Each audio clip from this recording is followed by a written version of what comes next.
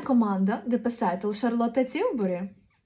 De obicei, cumpăr cosmetice de la reseller. Dar acum am decis să încerc să comand singură. La înregistrare pe site primești 10% reducere la cumpărături. În București, comanda mea a ajuns prin curier în 10 zile. E normal. Hai să o despachetăm împreună.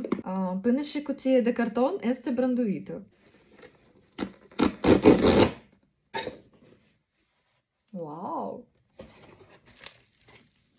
Fondul de ten Airbrush Flawless ca alternativa la noua versiune de la Estée Lauder W și o pudră în travel size ca să testez acest produs atât de lăudat. Ambalajul este desigur luxos, dar în următoarele video voi face un review să vedem dacă și textura este la fel de lux.